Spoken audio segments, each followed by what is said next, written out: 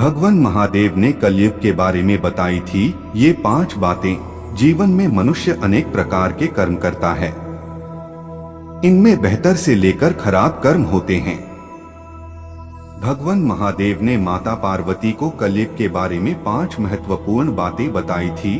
उसको जानने से पहले जो चैनल पर नए आए हैं वह चैनल को सब्सक्राइब कर लें। और एक विनती है, वीडियो को अधूरा मत छोड़े। अधूरा छोड़ने से भोलेनाथ का अपमान होगा। अगर आप सच्चे शिव भक्त हो तो वीडियो को पूरा देखें, अथवा वीडियो को यहीं पर छोड़ दें। वीडियो को पूरा देखने से भोलेनाथ का आशीर्वाद आप पर बना रहेगा। भगवान भोलेनाथ ने जो माता पार्वती को कलयुग के बारे में बातें बताई थी, इनको समझने के बाद हर इंसान को बेहतर कर्म की और राह पकड़ा चाहिए। भगवान महादेव का साफ कहना है कि जो संसार के कल्याण की सोच रखेगा वो जीवन में आगे बढ़ता जाएगा। महादेव शिव समय समय पर माता पार्वती की जिज्ञासा शांत करने के लिए उन्हें अनेक महत्वपूर्ण बातें बताते रहते हैं। ये बातें सामाजिक, पारिवारिक तथा वैवाहिक आदि से भी जुड़ी होती है, जो पूरे समाज के लिए कल्याणकारी होती है। क्या थी वह बातें जो भगवान भोलेनाथ ने माता पार्वती कलयुग के बारे में बताई थी? आइए जानते हैं। नंबर 1, क्या है सबसे बड़ा धर्म और सबसे बड़ा पाप? माता पार्वती भगवान शिव से यह पूछती है कि आखिर मनुष्य के लिए सबसे बड़ा धर्म और सबसे बड़ा पाप क्या है? भगवान शिव उनकी शंका मिटाते हुए उन्हें उनके इस प्रश्न का उत्तर देते हैं। मनुष्य का सबसे बड़ा धर्म होता है सत्य बोलना तथा सत्य का साथ देना। मनुष्य यदि झूठ बोलता है अथवा वह झूठ का साथ देता है तो यह सबसे बड़ा पाप है। इसलिए हर मनुष्य को अपने मन, अपने कामों तथा अपनी बातों से हमेशा उन व्यक्तियों को अपने जीवन में शामिल करना चाहिए जिनमें सच्चाई हो तथा हर परिस्थिति में सत्य का मार्ग अपनाना चाहिए। नंबर 2, कुछ भी करने से पूर्व रखे इस बात का ध्यान, मनुष्य को उसके हर काम का साक्षी खुद ही होना चाहिए, चाहे फिर वह अच्छा कर्म हो या बुरा। मनुष्य को कभी यह नहीं सोचना चाहिए कि उसके कर्मों को कोई देख नहीं रहा। कई लोग कोई गलत काम करते समय मन में यह भाव रखते हैं कि उन्हें उनके इस कार्य को करते हुए कोई नहीं देख रहा, जिस कारण उन्हें उस कार्य को करते समय किसी भी बात का भय नहीं रहता, परंतु वास्तविकता का उसे ज्ञान नहीं होता। अतः मनुष्य को अपने हर कर्म का साक्षी खुद ही होना चाहिए। यदि मनुष्य कोई भी पाप करने से पूर्व यह भाव अपने मन में रखेगा तो वह अपने आप को किसी भी पाप कर्म करने से रोक लेगा।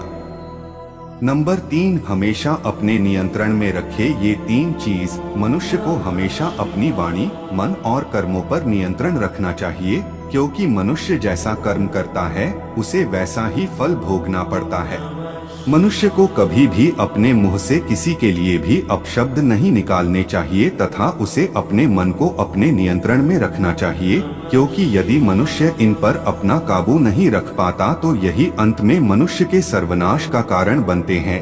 नंबर 4, जीवन में सफलता पाने के लिए रखें इस एक बात का ध्यान। संसार में मनुष्य को कोई न कोई वस्तु अत्यधिक प्रिय होती है या मनुष्य का उस ओर अत्यधिक लगाव हो जाता है, जिस कारण लगाव और मोह का एक जाल सा बन जाता है, जिससे बाहर निकल पाना मनुष्य के लिए असंभव सा हो जाता है।